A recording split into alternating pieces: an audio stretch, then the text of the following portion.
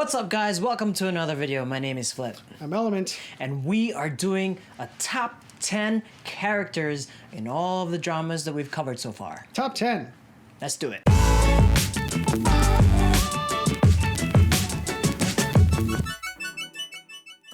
As you may know, we have covered ARTHDAL Chronicles, The Untamed, My Country, Handsome Siblings, King's Avatar. Oh, so many good stories that we have watched over the past couple of weeks and months. And I am doing the top 10 characters that I think were the most impactful out of all these dramas that we've covered. Number 10 for me is Heje. Heje. You know I'm gonna butcher all of these names, so Element is here to correct me. Heje is my number 10 character from My Country, only because her strong will, her personality really tried to keep the story intact, especially between Sohee and Namjeon, right? And her strong character not only like made herself powerful throughout the story, but she also influenced where the story would go with Bangwon and his father, and Sohee, as I mentioned, with Namjeon, with that love triangle between them. Yeah. But she just gave it another layer in the story that made it a little bit more, how should I say, romantic? Yes, it was romantic. She also kind of had a lot of importance to the story. You know, she was indelibly part of it by being saved by Sohee's father. So she had that start with Nam Sun-ho and Sohee and that love triangle, and kind of like sparked that or ignited that like little conflict. And then, you know, all of the story beats with her being saved by Sohee's father and her being more important to Sohee than just a romance. Like, she was part of his life from a very early age. And of course her part in the Kinseng, you know, doing all of these like background behind the scenes political moves, being important in that front in terms of the overall story. She had a very great presence in My Country. Number 9 on my list is Zhang XIAOYU'ER. XIAOYU'ER. Xiaodai? XIAOYU'ER. XIAOYU'ER.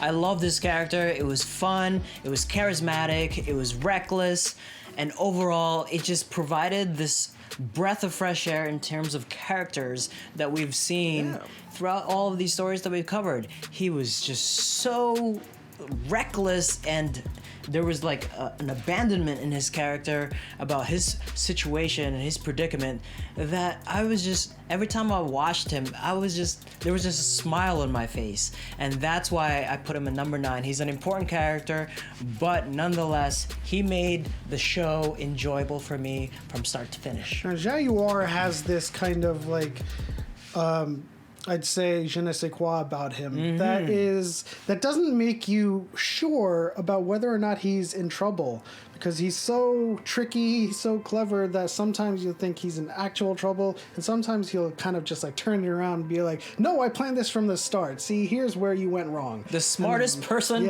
in the entire world. He's very smart. The next person on my list, which goes in number 8, is TAEALHA.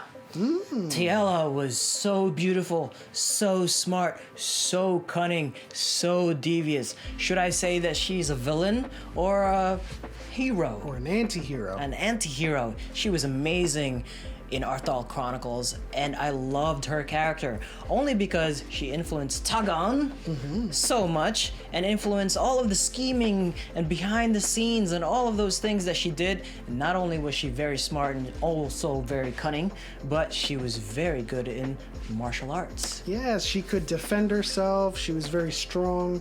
She was very independent too. There's a lot of things that happened around TAEALHA that, you know, just kind of propelled the story forward in ARTHDAL Chronicles. Number 7 on my list is Lanjan. Lanjan, why don't you have a drink with me?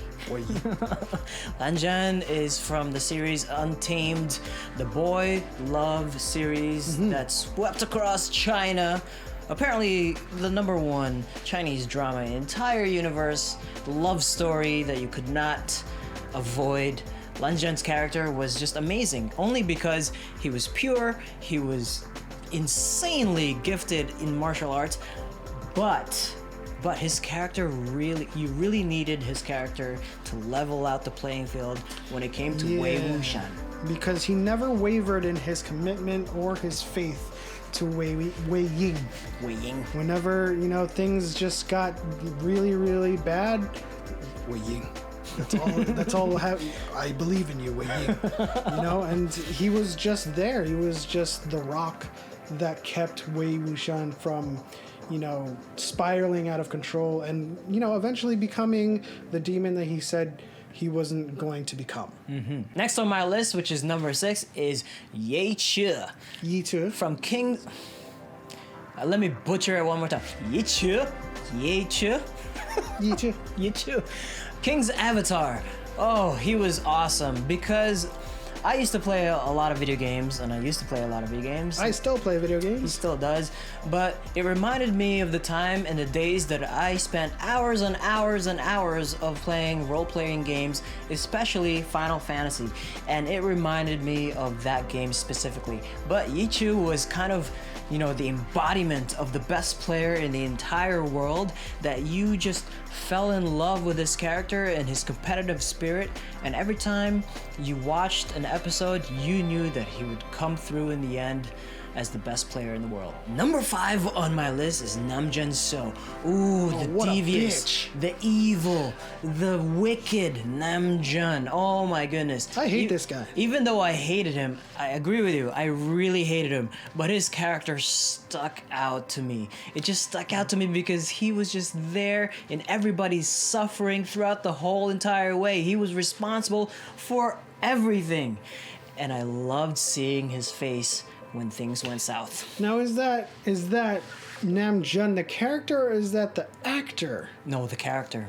Well, I think well, for me, the character or the actor playing the character is what made Namjoon, and, you know, his facial expressions and the way he portrayed the character throughout all of the trials and tribulations of my country, just, I think, was all set in stone by the actor himself. Otherwise, I just hate the dude.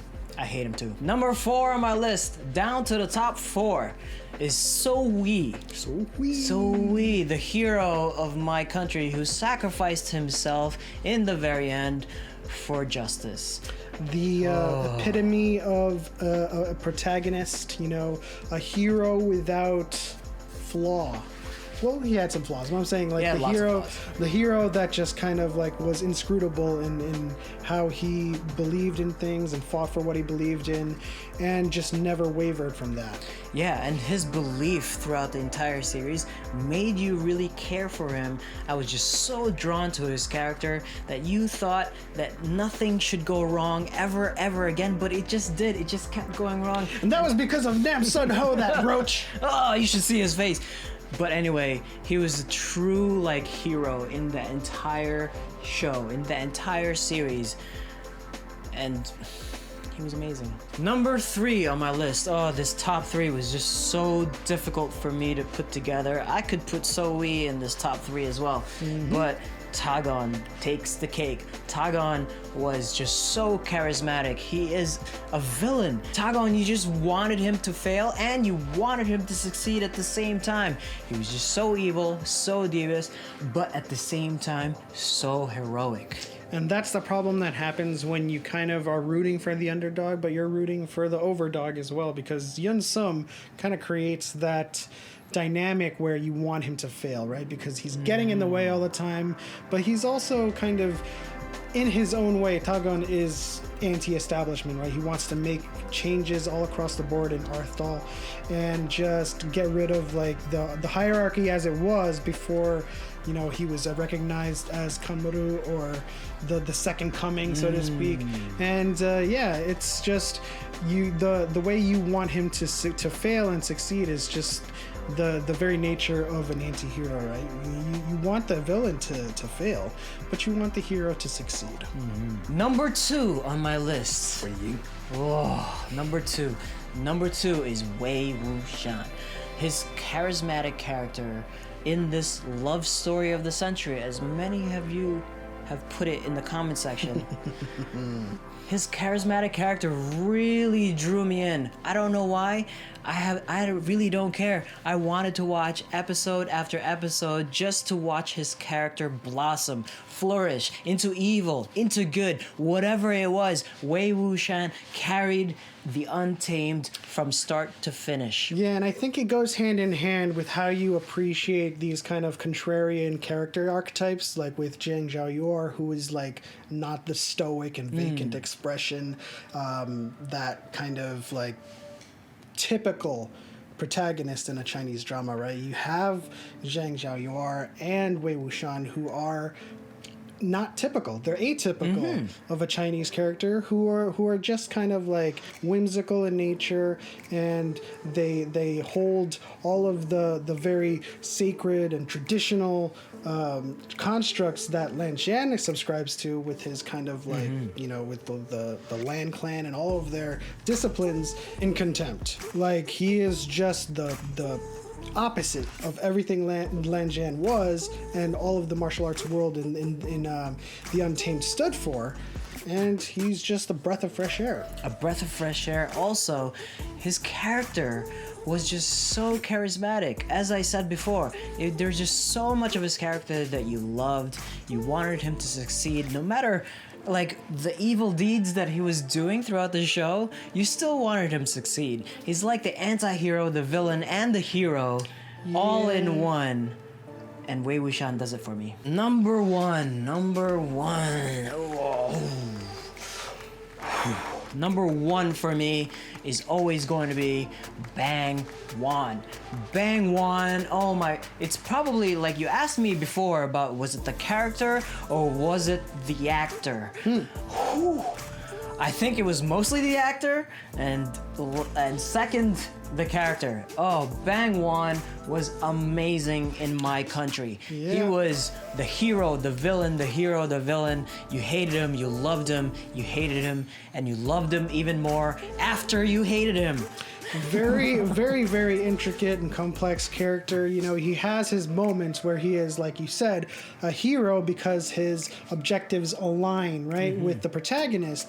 But he's always had his motivations. He's always had his agenda to take the crown from the king. And so just like removing himself from Sui's story, he's definitely like a usurper. He's like a bastard son who's trying to take the throne. But he's helping Sui, so it's kind of like you see him in this light, right? And of course his charisma as Bang Wan.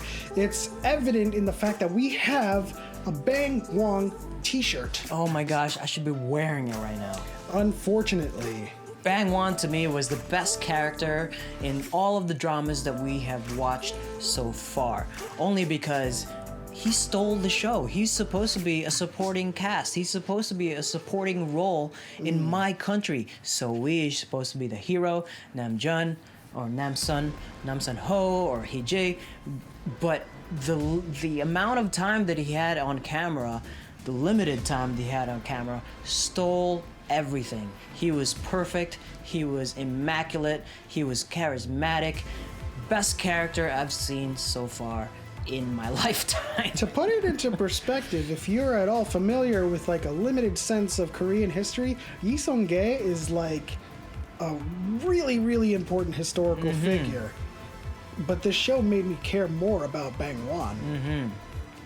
Guys, let us know what you think of this list in the comments section below, because I know many of you are gonna argue for Wei Wuxian or XIAOYU'ER or Bang Wan or Sui.